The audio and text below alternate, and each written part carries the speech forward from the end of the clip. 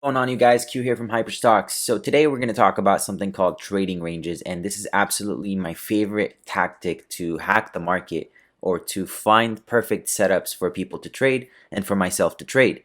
Now, trading ranges are not really commonly mentioned in the market, so this may be a one-off strategy, but I will tell you that most people subconsciously will use them as they become more and more professional in the market, and they fail to realize that they're doing this strategy. But all along, if you start to realize that this is an actual strategy, then you might be in for a lot of success and luck on the market. So before we get into trading ranges per se, let's go ahead and try to break down this chart together. This is Microsoft chart as of September 24th, 2020. I'm sorry, September 25th, 2020. So right away, we can notice that there's a big sell-off on Microsoft. It was obvious that the market hit a top and then it came down because of this negative divergence that we saw on the RSI, and the market completely fell apart and the chart fell apart. Now, a lot of people will be scared at this point and they won't understand when it's a proper time to get back in for the stock. To do so, you need to zoom in. You need to look at the day-by-day movement that the stock has had and try to understand the mindset that the buyers and sellers are going through. With this case, in case of Microsoft, you can see that the stock dropped from a high of 230 all the way down to 197 at this point. So we've now gotten the top and the bottom. So now we can draw that the most significant resistance we have on this specific chart at this very point is going to be 230, and then the most significant support is going to be 197.60.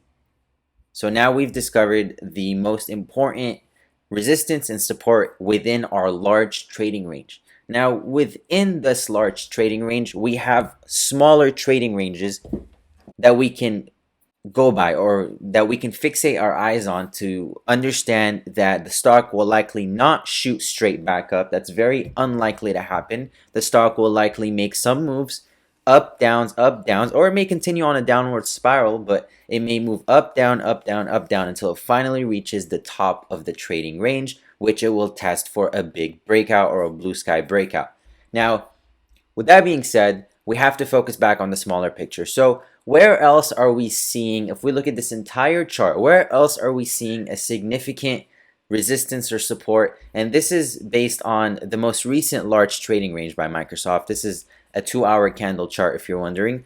We want to look back to a time where Microsoft saw a little bit of tension between buyers and sellers, and that's going to be all the way to the left side, right over here, right at 217.50. So now we've established that 217.50 is also an important support or resistance for the stock. It was once a support after the stock broke out of it right back in August. The stock broke out and then got rejected at 232.50 and came back down. Now notice when it came back down, the stock had struggled right around this point. So that resistance that was created earlier, or support that was created earlier, is still significant for the stock. So it tried to get back over it at one point and it couldn't, and it even came back up but failed below it. So that's why it's important to give leeway to your resistance and support point, and it got rejected below it. Therefore, we want to reestablish this support or resistance at this very point where it got rejected on the way back up. So now we know that there is a resistance for Microsoft right in the center of that large trading range,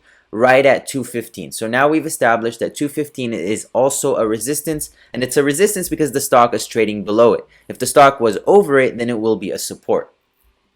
So now we've established that this is a resistance. Now we want to look at the chart even further and see if there are any other resistance and support points that we're noticing, and one is going to be right below at $212. So we have another one at $212, and we have another one right at 250, 207.50. So now we've established multiple trading ranges within the stock. We've established one, this is going to be our largest trading range and also the most risk. So this is the highest risk trading range because the stock is so close to that significant support of 197.50.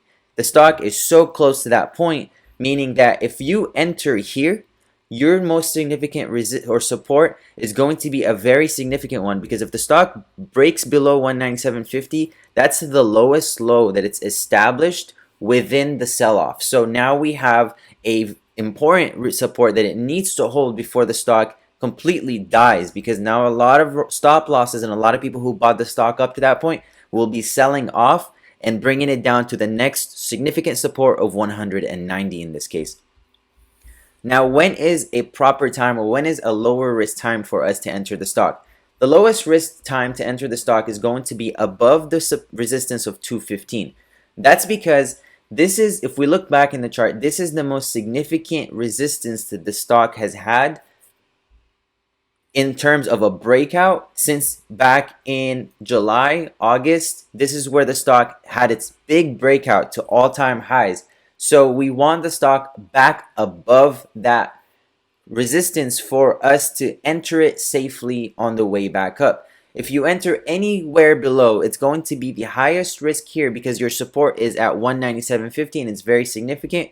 If you enter here, it's medium risk. It's not as risky, but you have a trading range between 207.50 and 212 for the stock to consolidate at, and you need it to stay above 207 in this case.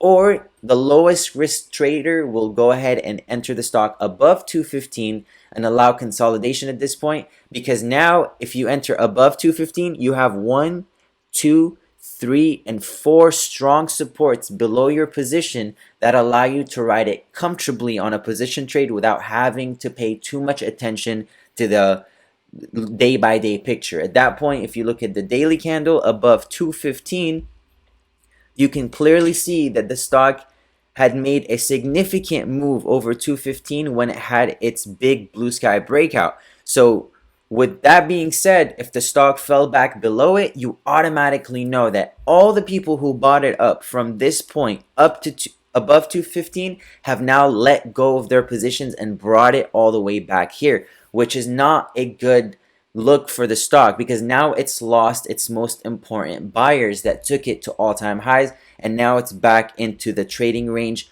below it between 196 and 216, which you can scale back as much as you want. You'll see that the stock always makes different trading ranges. Here in this case is going to be this one, and then you have this one, and then you have this one. And notice how within these trading ranges, it's not going straight up. The stock has days, this is the daily candle chart, where it goes up, meets the resistance, comes back down, meets the support, goes up near the resistance, comes back down. You don't want a stock that shoots straight up because that's an unsustainable move. You want a stock that consolidates, gives you entry and exit points within the trading range, and then you can move on to a breakout play. Then you can range trade it for a while, and then you can move on to a breakout play, and you can range trade it for a while and move on to a breakout play, and so on and so forth. But as far as this video goes, I hope you guys learned something. It's a very quick video that I threw together. We're actually mid-market right now. If you guys like what you see, please give us a thumbs up. If you want to see more, please go ahead and hit the subscribe button. Thanks for checking in.